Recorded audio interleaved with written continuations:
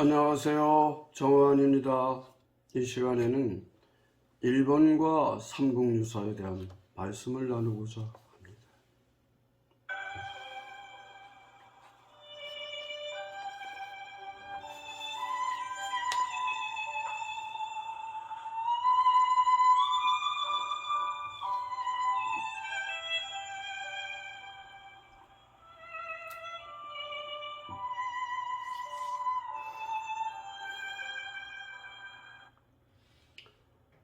가까우면서도 아주 먼 일본.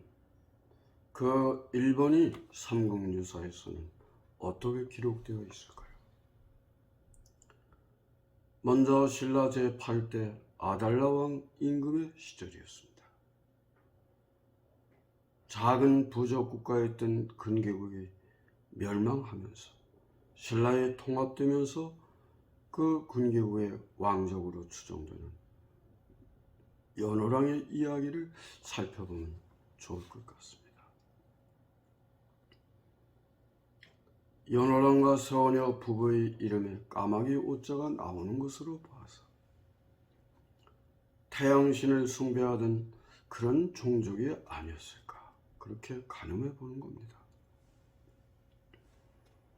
이러자면 고구려의 삼조고와 같은 상징 동물의 이름으로 볼 수도 있다는 것이죠. 어느 날 연호랑이 바다에 나가서 바다풀을 따고 일을 하고 있었습니다. 문득 큰 물고기 같은 바위가 나타나더니만 연호랑을 등에 업고 오늘날 일본의 시마네현 오키섬으로 건너가 버렸습니다. 거기서 연호랑은 사람들의 추대를 받아가지고 임금의 자리에 오르게 됩니다. 일본 제기를 보면 신라 사람으로 일본의 왕이 된 사람은 처음이었습니다. 그렇다고 아마 중앙정부의 황제는 아닐 것으로 보입니다. 일본 제기를 보면 그렇다는 것이죠. 서운해는 바다로 나간 남편이 돌아오지 않자 너무나 궁금하고 걱정이 돼서 남편을 찾아 바닷가를 나가서 여기저기 둘러본 즉 사람이 보이질 않아. 그런데 어디 가보니까 바위 위에 연호랑이 벗어놓은 신발이 보이는 겁니다. 이윽고 서우는 그 바위로 올라가서 신발을 만지작거리며 남편을 불러 외쳤어. 그랬더니 또 호련히 그 바위가 세오녀를 업고 연호랑이 살고 있는 오키섬으로 건너가 버린 겁니다. 마침내 세오녀로 하여금 연호랑이 임금이니까 그의 아내는 이제 왕비가 된 거 아닙니까?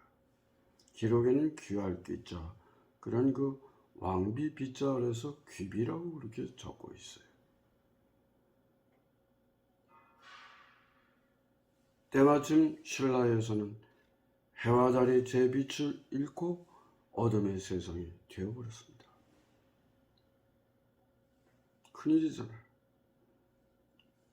신라의 아달라 왕이 사신을 연호랑에게 보내가지고 지금 이 신라는 어둠의 세상이 되고 살 수가 없게 됐으니 돌아오라고 합니다.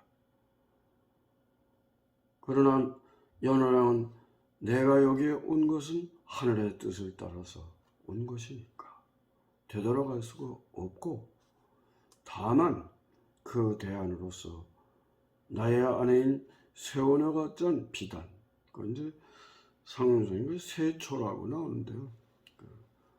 무늬가 있는 이제 비단 초자 아닙니까?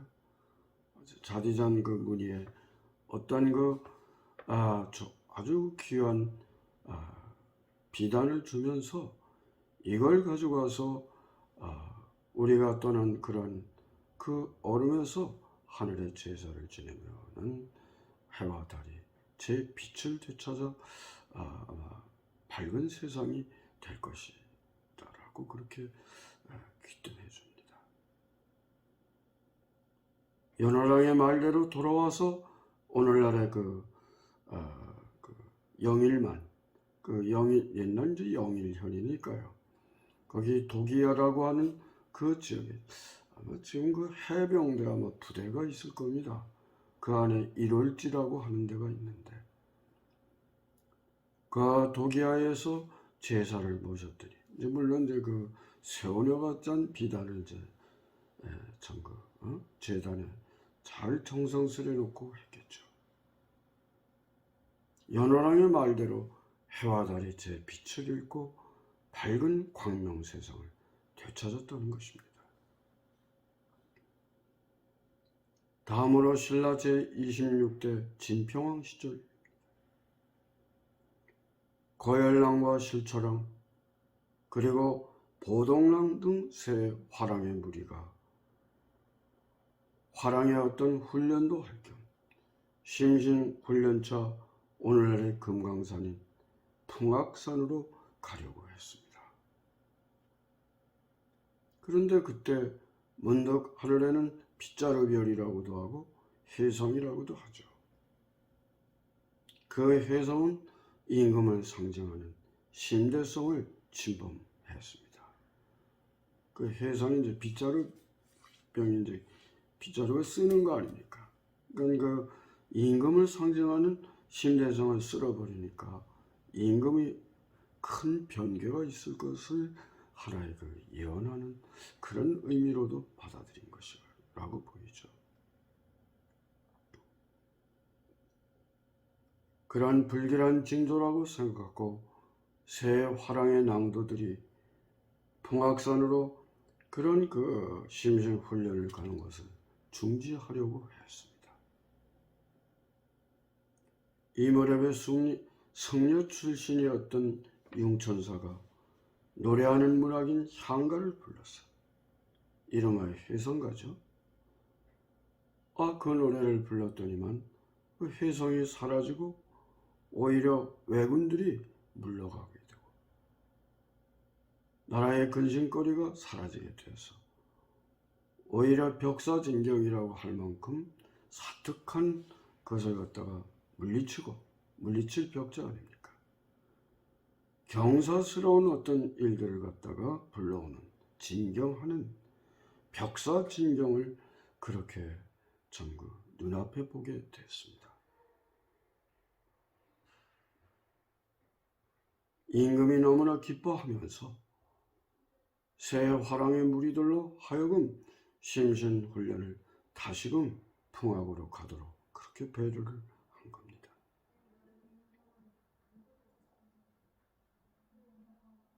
융천사가 불렀던 그 노래의 내용은 대략 이렇습니다. 옛날 동해가에 건달파가 놀던 성을 버리고 왜군이 왔다면서 횃불을 든 변방이 있어라. 새 화랑은 풍악으로 간다는 소식 듣고 달도 부지런히 등불을 켜고 혜성을 바라보면서 혜성이여 하고 말한 사람이 있어라. 달은 저 아래로 떠갔거니 보아라 무슨 혜성이 있겠는가. 일종의 주술적인 어떤 그 어떤 하늘에 비는 그런 그 정성을 갖다가 이 노래로 전하는 언영설의 바탕을 둔 것이다. 그렇게 볼 수가 있겠죠. 셋째로 효성왕 10년 722년 10월 모하군에 처음으로 관문을 쌓았다고 합니다. 오늘날 모하촌으로 아마 지금 그 서천가에 있는 아마 그쪽이 아닐까. 그 성건동 그쪽으로 그렇게 추정은 됩니다. 경주, 당시 서라벌의 동남쪽 살피에 일본의 침략을 막는 그런 성체로서의 관문이었습니다. 그 공사를 감독한 사람 원진 각관이었다. 그렇게 기록하고 있습니다.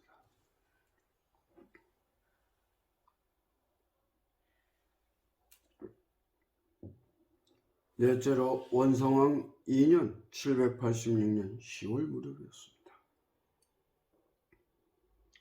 일본한 문경이 군사를 일으켜서 신라로 쳐들어왔습니다. 근데 이제 쳐들어가는 길목에서 신라에는 만파식적이 있다는 그런 소식을 알게 되었어요.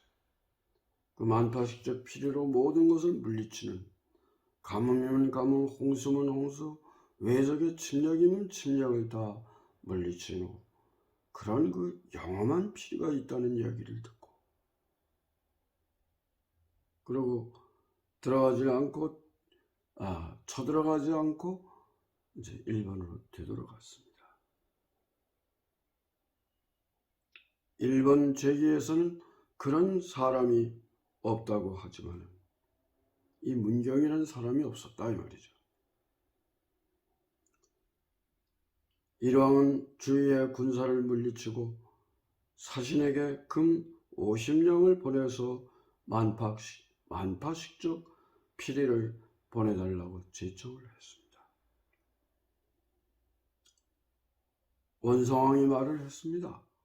물론 신라의 임금이죠. 내가 들으며 진평왕 때 피리가 있었다는 그런 소문은 들었는데 지금은 어디에 있는지 알 수가 없다. 근데 거절한 거죠. 이듬해 7월 일본에서는 다시 사신을 보내가지고 황금 1000냥을 가지고 와서 간청을 했습니다. 말하기를 내가 그 신비로운 물건을 보기만 하고 만파식적을 보기만 하고 그대로 돌려 보내겠다고 했습니다. 원성왕은 먼저와 같은 대답으로 딱 부러지게 거절을 했어요. 한 걸음 더 나가서 원성왕은 오히려 은 3000냥을 일본 사신에게 주고 그가 가져왔던 황금은 되돌려 주었습니다.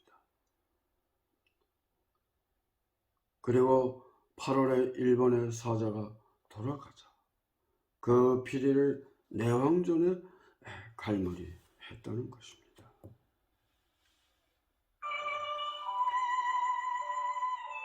파도가 높은 곳에 갈매기 소리 미리 막으라고 피리는 만파식적 온 시름 사라져 힘과 슬기로움을 함께 길러야 하리.